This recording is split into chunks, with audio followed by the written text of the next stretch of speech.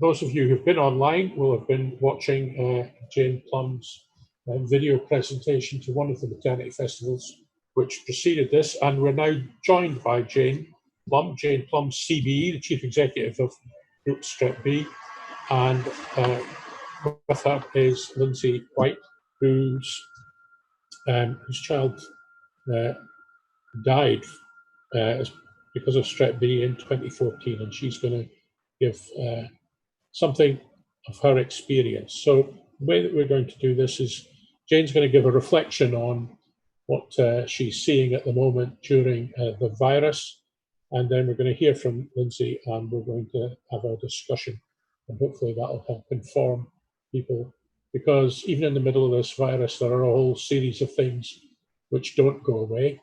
They can't be stopped, they can't be set aside, and Group Strep B is one of them. So Jane, welcome, and over to you. Well, thank you. I mean, firstly, thank you very much for inviting me to speak today. And as this is International Day of the Midwife, then I want to join with everyone else in thanking every single midwife for all you're doing for expectant parents, for new parents, and for their babies. And that's both when things go well as when they don't. For those of you who've been online, you've already heard about the charity from the presentation. So I thought I would share a little bit about what we're hearing on our helplines. These are as busy as ever, with people contacting us mostly at the moment over social media, but also by phone and by email. And with the greater emphasis on infection and testing as a result of the coronavirus epidemic, perhaps it's not surprising that we're receiving a lot of inquiries specifically around testing. One question we hear over and over again is, can a woman be tested within the NHS? And in the UK, the answer to that is yes, if they've tested positive before this pregnancy and the baby was well, then the Royal College of Obstetricians and Gynecologists recommend that that woman should be offered the opportunity to be tested. But of course, it's really important to establish what test is being done in that situation, because it needs to be the ECM test in terms of the result being accurate and predictive for the next 5 weeks after that test is done. And then where women aren't qualifying to be tested within the NHS, then the natural next question is, how can they get a test? Well, we've listed on our website the organisations that offer these tests privately, and we only list on our website the organisations that follow the Royal College of Obstetricians and Gynecologists and Public Health England recommendations about how to test that ECM enriched culture medium test. And it's important to be able to reassure women that these testing services are continuing. They're not being affected by the coronavirus pandemic.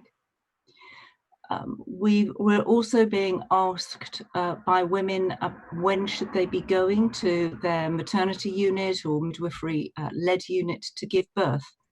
And particularly women who are carrying Group B Strep and want to have the IV antibiotics in labour asking us this. And they are not irregularly being told different things. One woman contacted us recently who was told two separate things. Firstly, she was told to stay at home as long as possible so that she could minimise the amount of time she was going to be at the unit. And then when she asked somebody else, she was told to get to hospital as soon as she could in order to get the antibiotics in time. And clearly those are two conflicting positions. We suggested that actually she contact her midwife and discuss with her what the recommendations are for that particular unit, but that actually we're not aware that she should be doing anything different from normal. She should be contacting her unit early in labour or when her waters go, whichever is the sooner, to mention about Group B Strep, of course, and then get to the unit so that she can have the IV antibiotics in a timely manner. Clearly, if as midwives you're asked for information about Group B Strep or about private testing, then do send them to our website for more information. There are some challenges, I think, around coronavirus and Group B Strep. And not just Group B Strep, obviously, but Group B Strep is also being impacted. For example, women may not necessarily have the opportunity that they would have otherwise had to discuss Group B Strep with their midwives. And that's sometimes because the mums are concerned about bothering their midwives, bothering what they know is already a very busy service. And we've heard other people today talking about that. Another issue is making sure that new parents in particular are able to recognise the key signs of Group B Strep infection in their babies. Firstly, do they know what the signs are? And if any arise, do they know how to escalate, who to escalate to, what should they do? As we know, early recognition and early treatment absolutely saves lives for these potentially very sick babies. And another challenge is how most research, particularly that's not coronavirus related, is being paused. There's a major trial around Group B Strep called the GBS3 trial, which was started in April 2019, and it will be comparing the UK's risk-based prevention strategy with testing, universal testing strategies in the UK to find out which is the best for the UK setting. Not surprisingly, but still disappointingly, that trial has been paused until the coronavirus pandemic is under control. And obviously we're very hopeful that that will start up as soon as it can. So those are just a few thoughts and reflections, and now I'm going to pass to Lynsey to talk to you about Frankie. So over to you, Lynsey. Thank you. So I'm just going to briefly talk through my personal experience of Group B Strep. So in 2014, I fell pregnant with my first child. It was an absolutely fine pregnancy. We were both happy, healthy and active. However, that changed at 34 weeks pregnant. I started to experience some dull aches in my lower back and an increase in discharge, which in all honesty, being a first-time mother, I thought was the normal process as you near the end of pregnancy. But I did ring triage, and I went and got checked over, and I was actually put on a monitor and examined, and at that point I was told there was a potential that I was going to go into labour, but at that point they didn't quite know. So I was monitored overnight and given some paracetamol to manage the pain. Examined a few other times throughout that period. At one point I was told that I definitely wasn't in labour because I could actually have a conversation with an obstetrician. So at that point I thought, oh, I really need to pull myself together here and manage this pain if this isn't full-blown labour.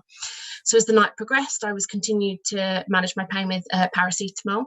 And as morning came, I thought that was it. I was going to be discharged and I'd be going home.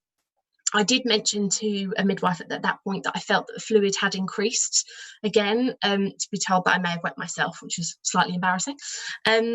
So I was getting ready to go home, and then, however, the pain kind of was really coming back with a vengeance at that point. So the consultant said, I'll examine you one more time before you go.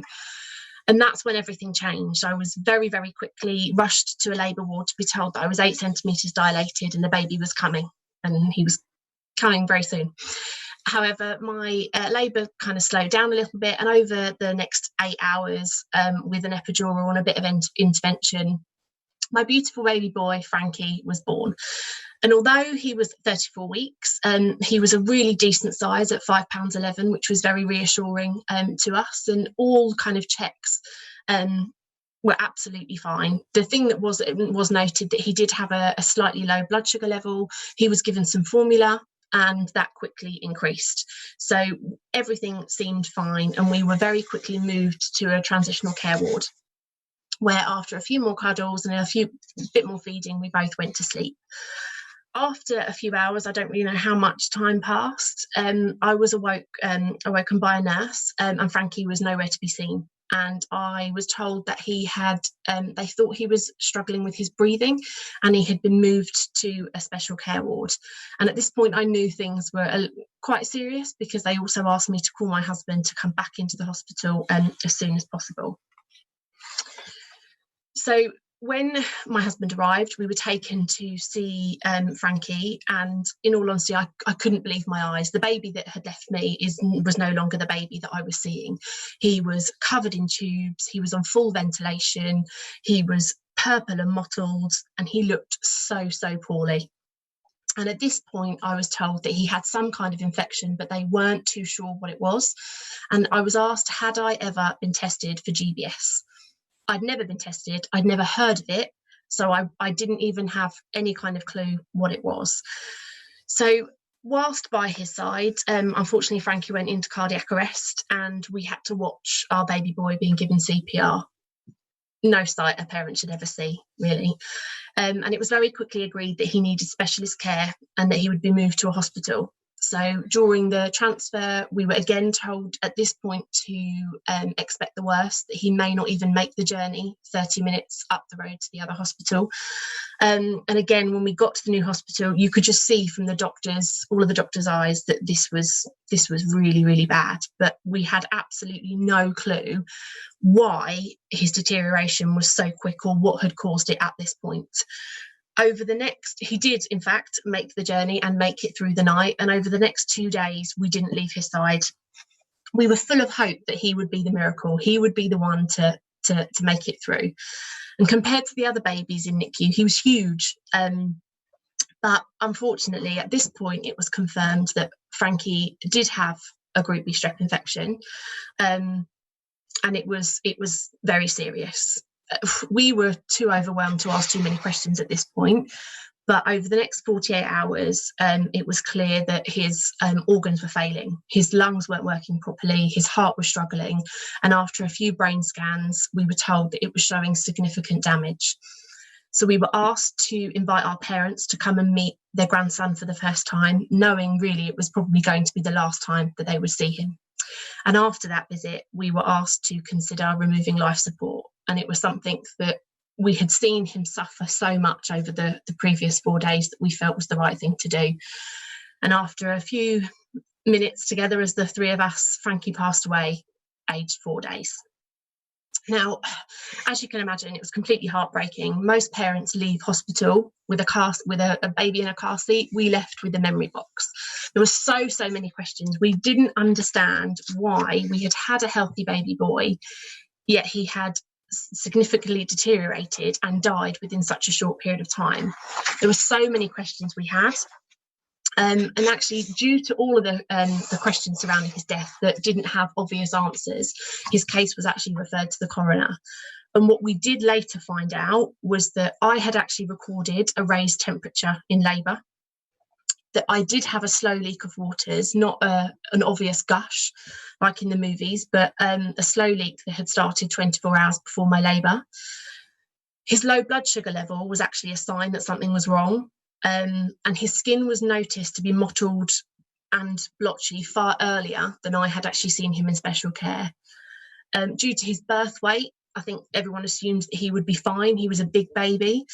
And also there was another baby in special care that night that was deemed to be more poorly than Frankie. So unfortunately, he was given priority. Now, all of the things that I've just talked about were observed, but all of them were observed in isolation. unfortunately, no one connected the dots. And by doing this, he became so poorly, there was actually no way back. He died of multiple organ failure due to GBS septicemia. And ultimately, the coroner ruled that there were 5 failings in his care, 5 opportunities to treat him. And if he had been given antibiotics only 6 hours earlier, he would be here today. And as you can imagine, to find this out as a family was extremely difficult. To find out his death was entirely preventable was absolutely heartbreaking. And obviously learning more about GBS as the time's gone on and finding there was a simple test that if I'd have known about, I could have paid £35 and ultimately I could have saved my baby's life. I had no information up until that point about GBS. And as I said, I'd never even heard of it. So it was extremely difficult to find out all of that information. And the impact of Frankie's death has been felt far and wide, not only for us as parents, but our parents have struggled. They've had to watch, they had to watch their grandson pass away, and they also had to watch their children suffer with the fallout of that. We've had to explain to nieces and nephews why their cousin didn't come home. Both my husband and I have struggled with PTSD stemming from what we actually saw during Frankie's short life. But we vowed to not let that kind of stop us, and we've done a lot with Jane over the last 5 years to kind of raise awareness. And I did just want to briefly talk about the fact that we are now navigating through a very different journey of parenthood. We have Frankie, but we've actually been lucky enough to go on and have 2 healthy daughters since his passing. And both of their pregnancies and births were extremely difficult. They were full of fear, full of anxiety, and actually full of anger that Frankie wasn't here with us. I was GBS positive for both of those pregnancies, but I was treated in labour and both girls were given antibiotics. Some may say this is unnecessary, but for us, it was a necessity to ensure that they didn't suffer the way their brother did. And going into pregnancy after a loss of a child is just terrifying and full of emotions. You want a child, you want to mother a child, but you also don't want to replace the child that you've lost. You're full of guilt and full of guilt for the child that you've lost, but also guilt for the child that you're about to have that you don't want to feel like they're second best. And there's questions that continually run through your head. What if it happens again? Am I selfish for putting another baby potentially through this? So a huge amount of support is needed for parents who are going through that journey again after a loss. And I was extremely lucky to have a very good supportive team. And it was actually ultimately the team that told me that my son was going to die was the same team that took me through my 2 pregnancies. And they were absolutely fantastic. But that support is so important. And they restored my faith in the NHS. And as far as I'm concerned, mistakes absolutely happen. But as long as people learn from them and they and own their mistakes, then that has a huge impact on the people that are involved, and actually made me feel I was in extremely good hands going through that process again. So my eldest daughter Ivy is now 4 and asks a lot about her brother, but we make sure that he is very present in our lives. And you don't just lose a baby when you lose a baby. You lose a 1-year-old, you lose a 5-year-old, a 10-year-old that they would have become. And so you can't help but look at your other children and wish that he was here. So if I can say anything about this, is that we love to remember him. We want you to remember him, which is why I'm so open about sharing his story. And please just remember that GBS may be, in the big scheme of things, a rarity, but it can cause devastating consequences. And if one person was able just to connect those dots, I would have 3 children here today with me. So I just wanted to share my story, and hopefully you can remember Frankie and remember his story and take it on throughout. Thank you. Thank you very much, Lynsey. That was very useful in a lot of different ways, because it's so difficult for professionals to fully understand how things have gone wrong if there aren't articulate women like yourself that are able to take them through the story in a coherent way, but at the same time help them understand the difficulty and the pain that you're going through. One of the things that's interesting is that whenever Jane presents at our festivals, which are often attended by and I think from 400 to 700 people. Our sessions are absolutely packed. So midwives are very aware of this. They're extremely anxious about it. They obviously feel like they need more information. And you made the point about connecting the dots in the coroner, identifying 5 opportunities, 5 failings that it could have been stopped. And Jane, you used the interesting phrase that at the moment people are, quotes, not irregularly being told different things, which is a lovely way around of saying that there's lots of contradictory information out there. So this is a top. Jane, you've, am I right in understanding that your ambition is ultimately to have a universal provision of a vaccine, of a preventative measure, and that's what's being tested? Do you go that far, Jane?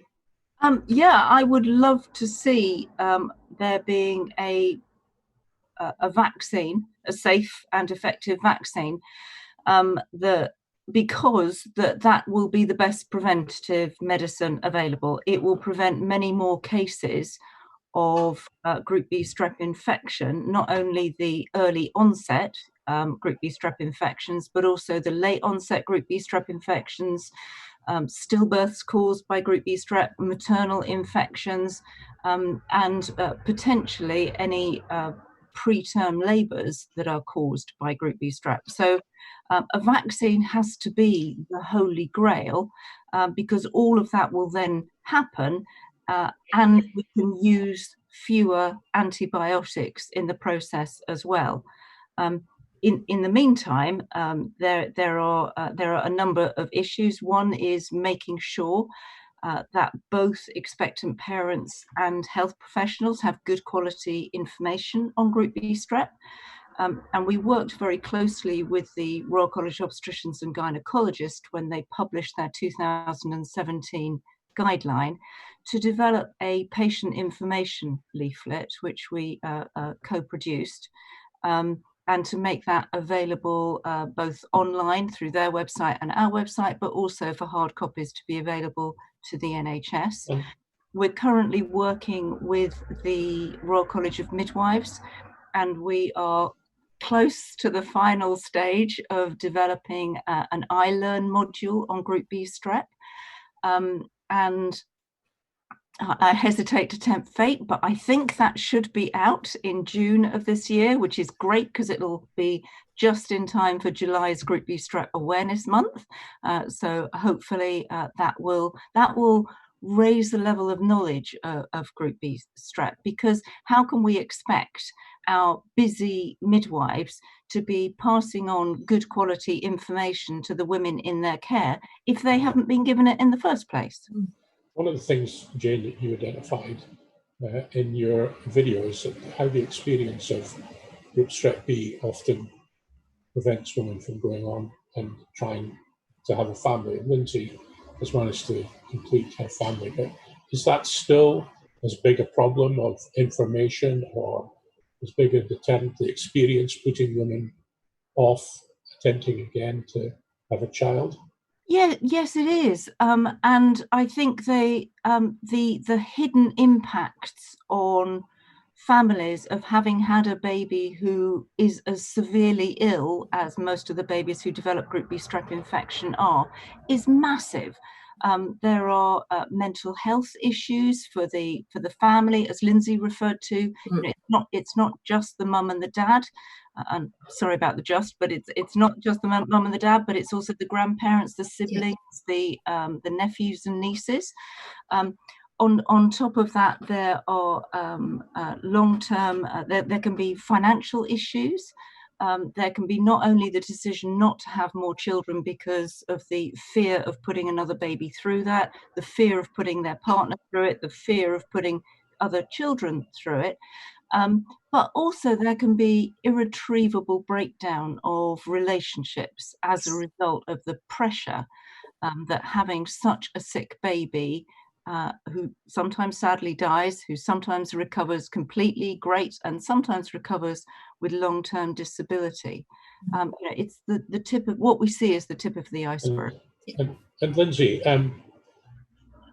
you know, with the growth of social media and parents' networks and things.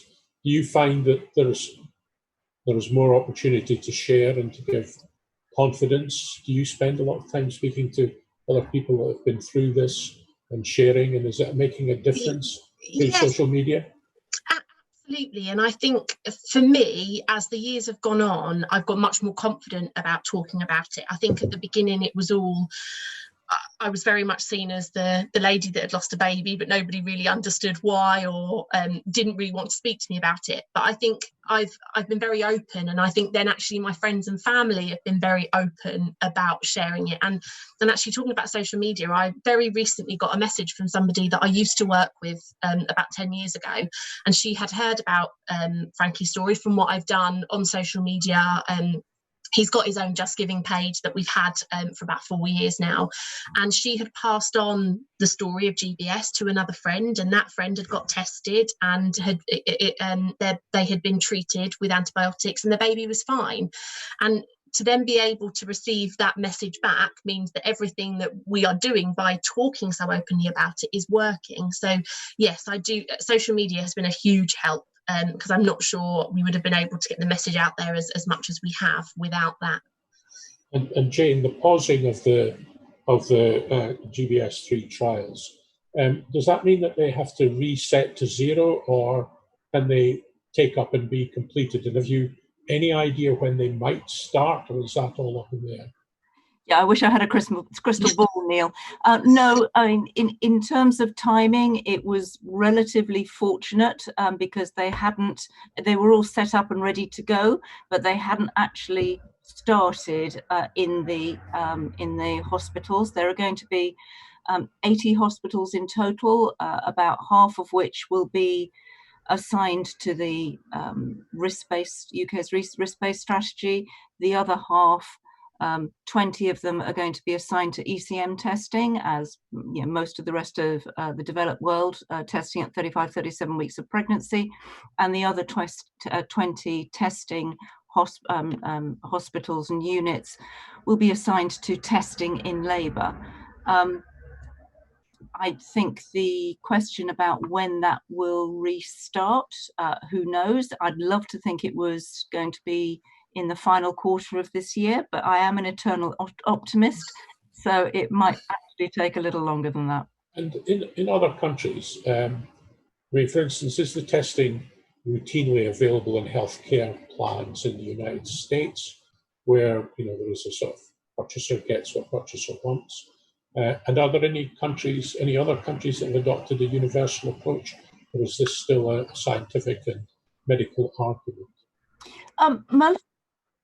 Most developed countries have followed the US's example. The US was first back in the late 1990s and early 2000s, but most developed countries will routinely test pregnant women for Group B Strep late in pregnancy, including France, Germany, Italy, Spain, Hong Kong, Singapore, Canada, Argentina, a lot.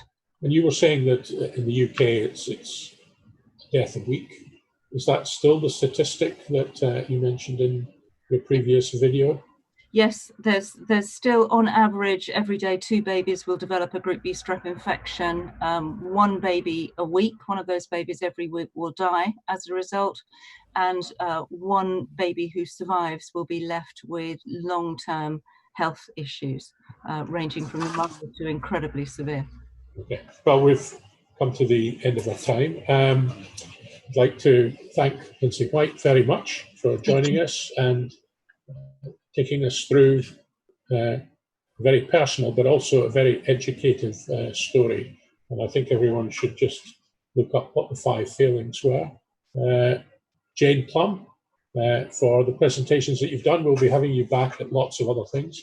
There's plenty of demand for it, and let's hope that the trials are restarted as soon as possible. All of this video will be available, but thanks very much for your time. Thanks for watching this video from the Maternity and Midwifery Forum. For more expert opinion and analysis, hit the button below to subscribe.